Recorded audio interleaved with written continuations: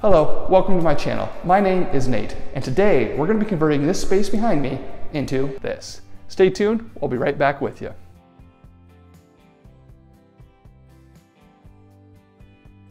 Welcome back, guys, to part 2 of the DIY built-in series. For any of you that didn't get to catch the first part of this series, we're going to go ahead and do a quick recap. The first video of the series, we went ahead and started to build our base cabinets. Now all we did is we cut some dimensional plywood here, and we went ahead and just created a very basic carcass.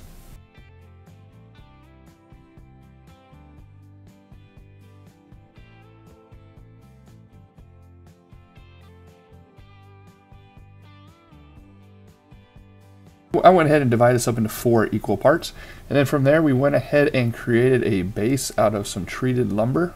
This is what the carcasses are going to be sitting on.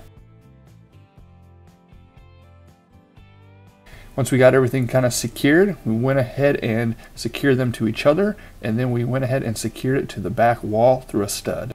And now that leads us here to part 2. We're going to start this video off here by creating the face frame of our cabinets. I went ahead and used some solid oak dimensional lumber that I picked up at our nearby home store.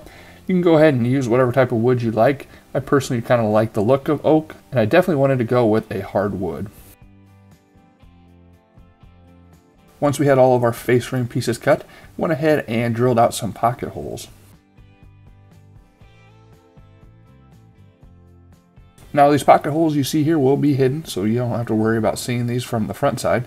And then I went ahead and secured them with some pocket screws. Periodically I like to run it up here and just kind of do a little dry fit here and mark where things will overlap. Obviously you can go ahead and measure where each piece here will overlap. However, I like to just mark it out because then I know for sure I've got the correct spot. One of the things I picked up from Jeff Thorman over at DIY Renovision is that if you go ahead and run your drill in reverse for a little bit and then sink your screw, you will kind of solderize the wound there, where it will help prevent this wood from splitting at all. I was a little bit in disbelief when I first saw him do that. However, now that I've tried it, I don't think I'll do it any other way.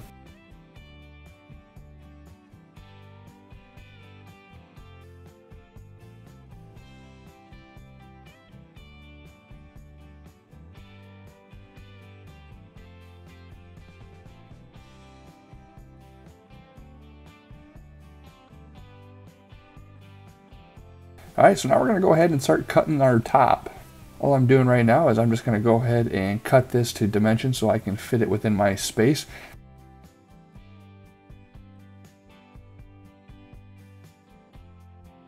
Now there's kind of a few different ways you can go with this countertop. You could just leave a single layer. However, we wanted to go for a little bit more of a thicker looking countertop. So I just went ahead and stacked the two on top of each other. Now I don't know how much this glue is actually going to hold this thing here together. However, I figured I would just go ahead and add some. Then I went ahead and drilled some 1¼ inch screws in just to kind of secure everything.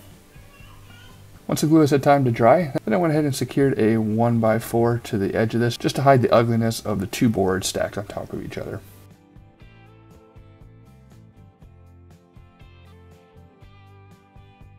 Now once you've given that some time to dry, we're going to go ahead and sand the top here just to go ahead and get things prepped for the stain.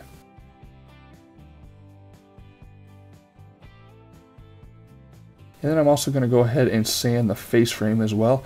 Again, you're going to want to sand down any high points there where the wood butts up next to each other. And then I'm going to be following the same process here of using a wood conditioner first and then followed up by some stain.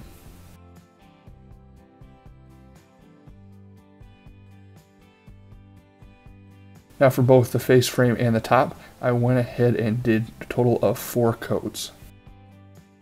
And after letting this dry overnight, I went ahead and added some polyurethane to go ahead and finish this off. Then I went ahead and used some 200 grit sandpaper in between each coat. I was sure to clean off any excess dust and then added an additional coat of polyurethane. And I ended up with a total of 4 coats of polyurethane. After letting that dry, we're going to go ahead and start assembling this.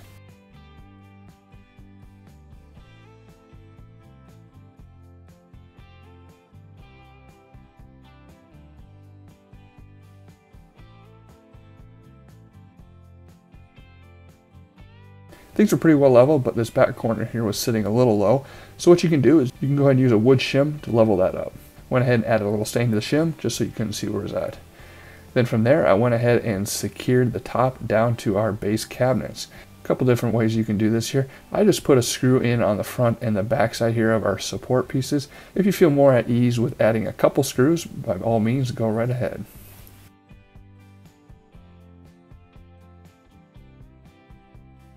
Once the top is fully secured, then we're going to go ahead and bring in the face frame. I just added a couple shims here down to the bottom temporarily, just so I can kind of get things all leveled up. Since this face frame is not made out of treated wood, we want to make sure it's not resting on the concrete. Once you like where things are at, then we're going to go ahead and use our pocket screws to secure the face frame. At a later step here, we'll also be securing this face frame on with some brad nails. However, this time we're just using our pocket screws.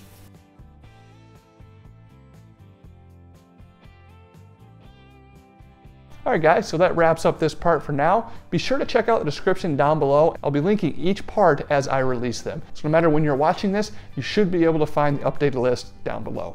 Be sure to subscribe to the channel, stick around, and I hope you enjoy the rest of this ride.